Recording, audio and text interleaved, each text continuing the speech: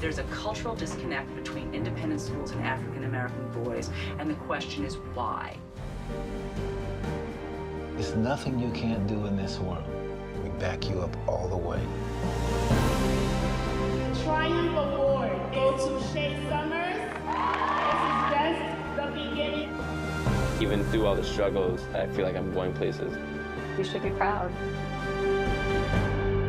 What we're going to do is, before we get into the movie, we wanted to recognize and have another individual who's been part of the work and part of the conversation of a lot of the work that has gone on here in Hillsborough County, has been a leader here in Hillsborough County in regards to education. We have Superintendent Mary Ellen Ilya, who's going to come up and give some words as well.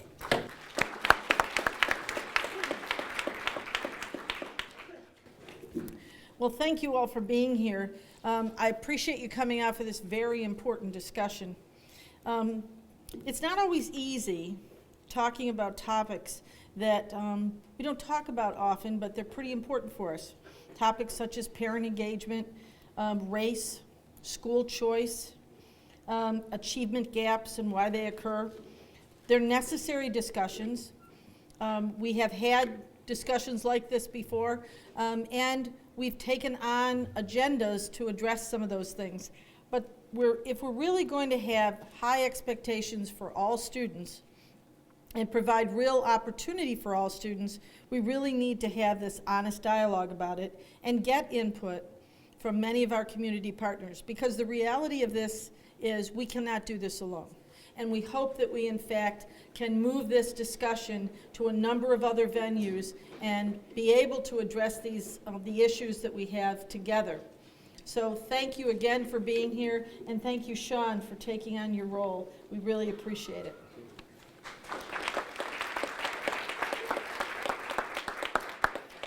After the movie, the idea is that we're going to have a few of the folks, you'll get to hear me come up again. Fortunately, unfortunately, however you view it, but we'll have come up again and have a panel discussion. So we want to get right to it, to the movie. Thank you again for coming out, and we'll be back. I'll be back in a little bit. I want Shayon to be comfortable around white folks, because I think even at this point, I am not comfortable around white folks. How do you feel about being one of the few black kids there? Is that ever an issue? No, it's never an issue. Good try, Idris. Dalton will open doors for him for the rest of his life. This is just one component, so we wanted to, again, as we're getting folks set up here, wanted to at least provide an opportunity to have some dialogue and reactions to it. What is the American promise, and what does it mean to you? I feel the American promise is based on the individual. The individual within him or herself, with the backing of their parents, because without the parents to push the individual to strive to get better, to surpass them, and to do well, the individual sometimes gets stagnant. And the promise is no longer a promise once the individual gets stagnant. To me, the American promise, being first generation, a high school graduate, college graduate, and also coming here from another country, having the opportunity to, like the gentleman said, do more than my parents ever got a chance to do, and becoming an educator and opening up those doors as well for other children. The American promise really is just continuing to have children succeed farther than that of their parents. In the American Promise movie, you can see the parents being really engaged. As parents, what can you do to help students along, males in particular, through this, as they go to school and going through school? The thing is that I think we need to encourage, not take away, or every time I heard a good thing being said by the parents in the movie, there was a but right after it. You know, you're good, but you're lazy, or you're good, but you're not, there was always that negative that followed, and they never kind of stopped the places where they said, you're a really good student, and you can really do this. You can do anything you want to do. My basketball team, they said, oh, you talk like a white boy. You heard a child say, he talks like a black or a white boy. How would you respond? when he said that, he was still young, and that's why I understood why he said that, because he was young and he didn't really realize, well, there's no such thing as talking white. You're just talking proper. You're not, or it's not that saying that all white people talk proper. It's just that the ones he was around were. When I'm at my family reunion, I carry myself a certain way. Where some of my children, some of the kids that I've taught may be slightly disappointed.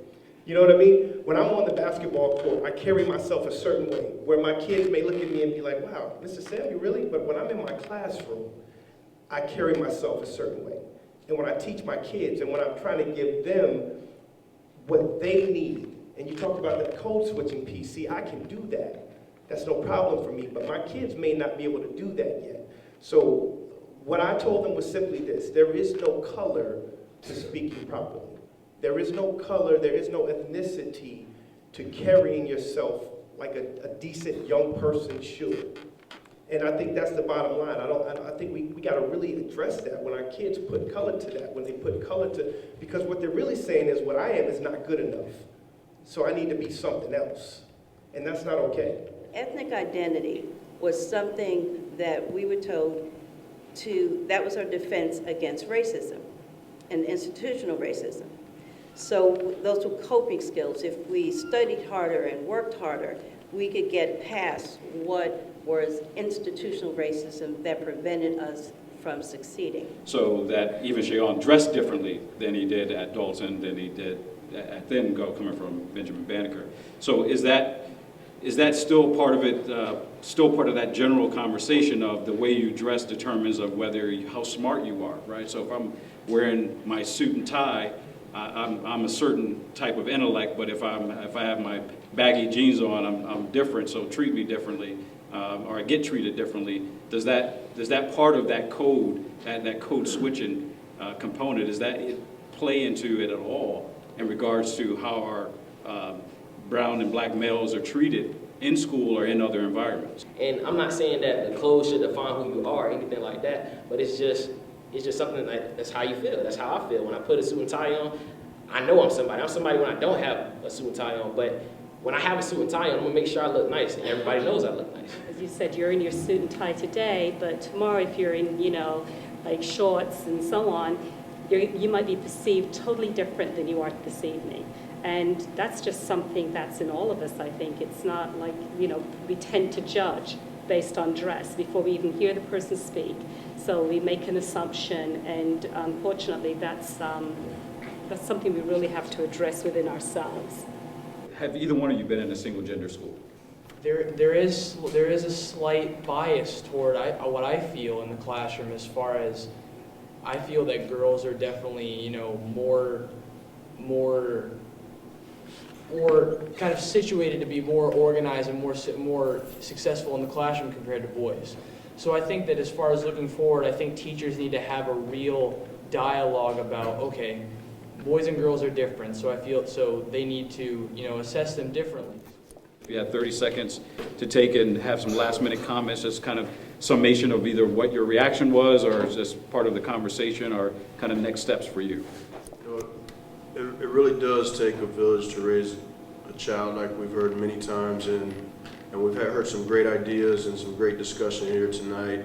And I would just encourage everyone to get involved, communicate with each other, not only with the schools, but reach out to your community recreation centers, volunteer, and let's just make it happen. I think venues like this, Sean, what Melissa has put together is phenomenal. These kind of opportunities, because if you looked at the parents and the amount of time that it took for those years going through, we need to have venues and have the school system and parents come together in a safe place that we can say, I don't understand what these standards are, or can you explain this to me? In these kinds of initiatives, but really take advantage and ask other parents, what are you doing to get through? How are your kids doing in passing the test? And if you're having the struggles, what can we do differently? Please welcome up Emery Ivory, Tampa Bay Area President of United Way Suncoast.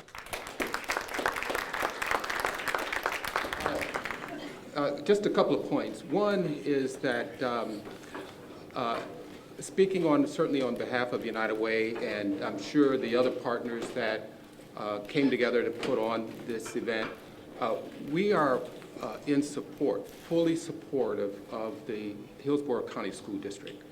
We believe that we have a visionary superintendent, dedicated teachers and staff, a strong school board, and all of the partners, along with the school district, have the same goal and mission, and that is we want to make sure that all of our kids have what they need to graduate from high school and with the skills that they need to go on to college or to pursue the career of their choice. Thanks to all of you for coming out. We really, really appreciate it. We will continue these conversations and have more of these conversations, and we will take all of the information that we have learned today to inform our work and to continue on to build a stronger community. So thanks to all of you for coming out today. We really, really appreciate it.